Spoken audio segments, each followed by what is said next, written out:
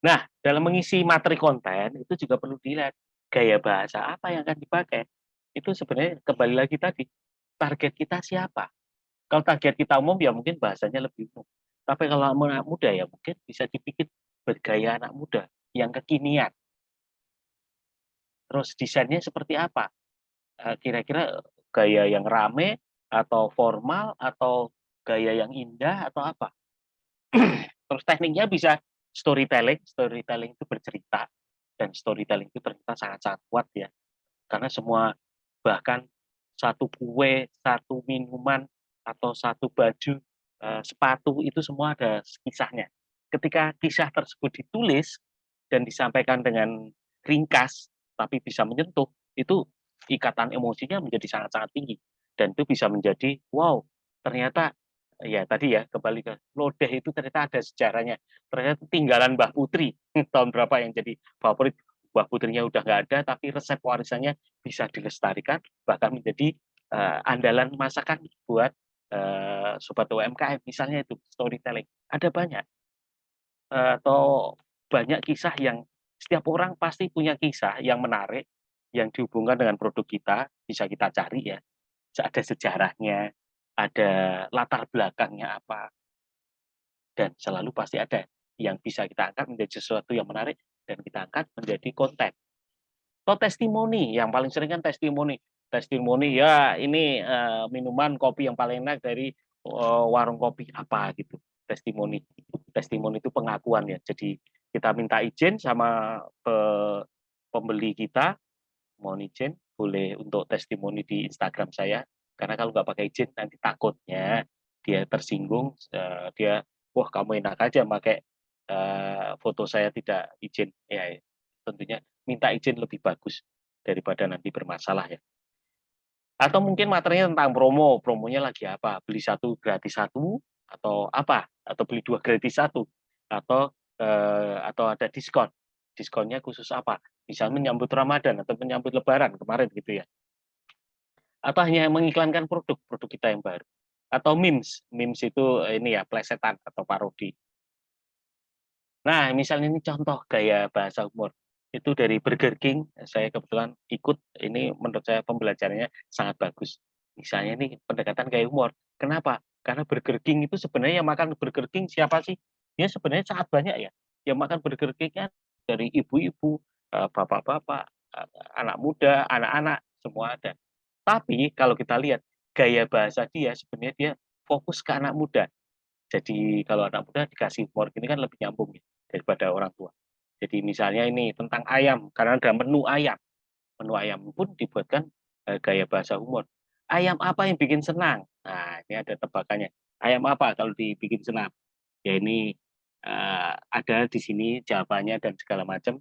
Ini bahkan Crispy Love at Burger King, ada hashtagnya. Nah, hashtag juga sering dipakai. CLBK, CLBK bukan cinta lama bersemi kembali, tapi ini Crispy Love at Burger King. Karena ayamnya ayam crispy ya gitu ya. Ayam apa yang bikin senang? Nah, ini ada di sini jawabannya di sini macam-macam. Bahkan ini bisa dijadikan semacam lomba ya atau kontes. Siapa yang bisa memberikan jawaban paling bagus, kita kasih hadiah ya sesuai dengan produk sobat-sobat UMKM. Terus bahkan ini ada juga ya gaya bahasa romantis. Apakah aku harus menjadi badut agar bisa membuatmu tertawa?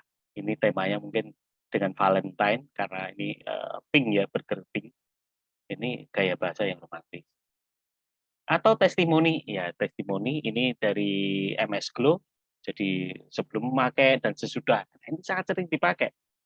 Saya yakin sobat-sobat UMKM punya pelanggan yang memang sudah setia dan mungkin jadi pelanggan bertahun-tahun dan dia dengan senang hati menceritakan pengalamannya untuk memakai atau menggunakan produk dari sobat UMKM atau katakanlah dia pelanggan yang biasa beli minuman ataupun makanan kita itu bisa dipakai. Kita tentunya minta izin ke para pelanggan kita. Gitu.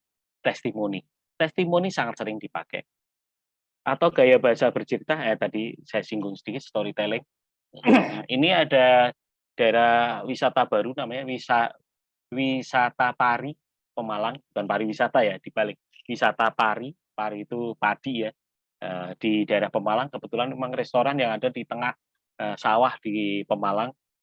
Pemiliknya adalah teman saya, sutradara iklan cukup terkenal ya, sering bikin iklan yang bagus-bagus. Beliau membuat lah rumah makan di tengah sawah.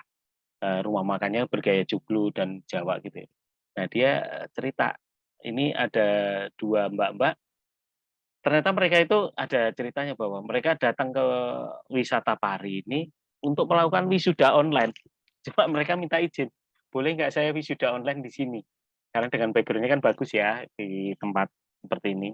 Bahkan singkat cerita diberikan izin, perlu membayar berapa? Kata si pemiliknya ini, tidak perlu membayar, silahkan pakai.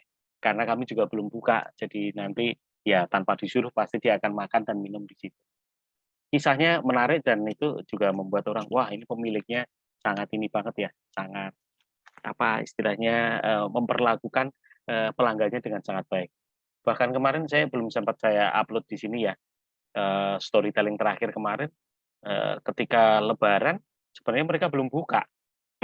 Jadi ada tamu jauh datang situ satu rombongan, warungnya belum buka karena pegawainya memang belum pada kembali. Tapi yang pemiliknya ini dan keluarganya lagi ada di situ, singkat cerita para tamu ini akhirnya tetap dibuatkan minuman, teh, dan makanan yang ada di rumah, yang di rumah disajikan. Karena tidak ingin membuat pelanggan kecewa. Dan itu sudah menjadi satu bahan konten untuk storytelling yang ada di wisata Pari ini. Atau misalnya ini kalau saya sempat membuat untuk salah satu istilah karyawan warkop saya, namanya Kang Indra, saya ceritakan bahwa ternyata dia seorang bapak yang anak istrinya ada di Kuningan, jadi terpisah, dia rindu karena baru bisa sebulan sekali pulang gitu ya, nggak bisa setiap saat pulang demi anak istrinya. Tapi dia juga jago membuat Indomie yang enak atau kopi yang enak itu. Nah, jadi ada kisah-kisah yang sebenarnya sederhana banget. Setiap orang punya kisah. Tapi kalau kita ceritakan dengan sudut yang katakanlah bisa menyentuh hati, itu bisa membuat simpati dari para pelanggan kita. Dan ujung-ujungnya adalah membuat mereka membeli produk kita tanpa dipaksa, tanpa mengemis ya. Tapi mereka, waduh, ini warung kopi ini memang luar biasa nih. Ternyata dia mempekerjakan orang-orang pekerja keras dari daerah yang bertanggung jawab penuh terhadap keluarga. Itu bisa. Jadi apapun sebenarnya bisa dijadikan konten. Nah, gitu ya. Nah, terus eh, atau warung tuman di BSD. Warung tuman di BSD ini juga luar biasa. Kebetulan pemiliknya satu alumni sama saya, teman dari komunikasi UGM. Ini kalau teman-teman punya waktu ya silahkan ngeklik warung tuman BSD Instagramnya dan bisa dilihat di situ. Ini latar belakangnya juga luar biasa, dari warung kecil dan sekarang menjadi besar, bahkan menjadi viral karena warungnya itu di tengah di perkampungan di pinggir komplek elit BSD, tapi dia di kampungnya. Di kampungnya itu benar-benar di kebun bambu, bahkan sampingnya kuburan. Jadi warung ini lucunya kuburan tersebut menjadi konten yang menarik. Bahkan istilahnya, apakah Bapak Ibu sudah sampai kuburan? Karena banyak yang tersesat.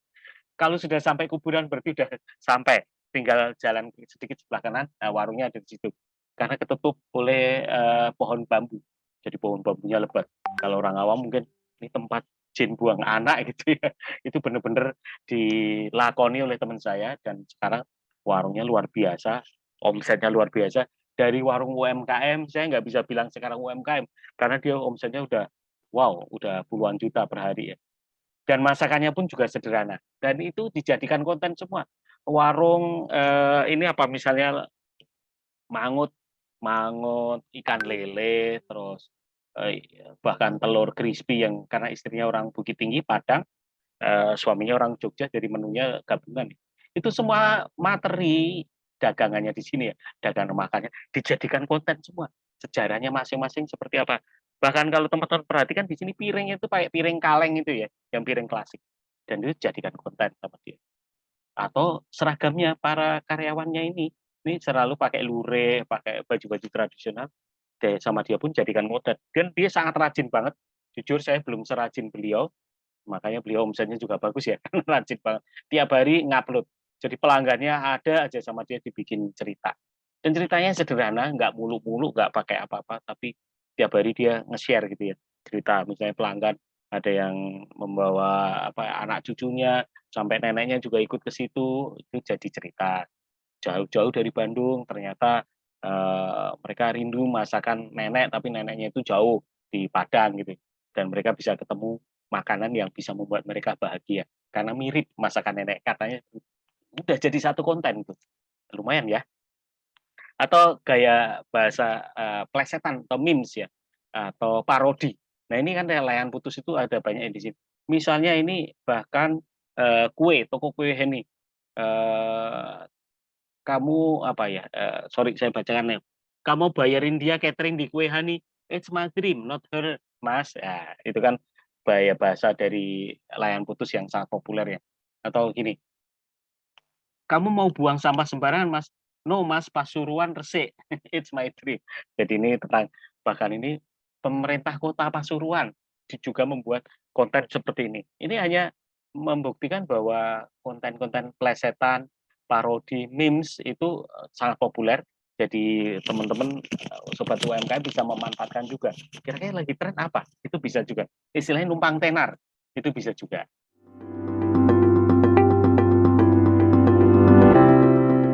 UMKM hebat, Indonesia hebat.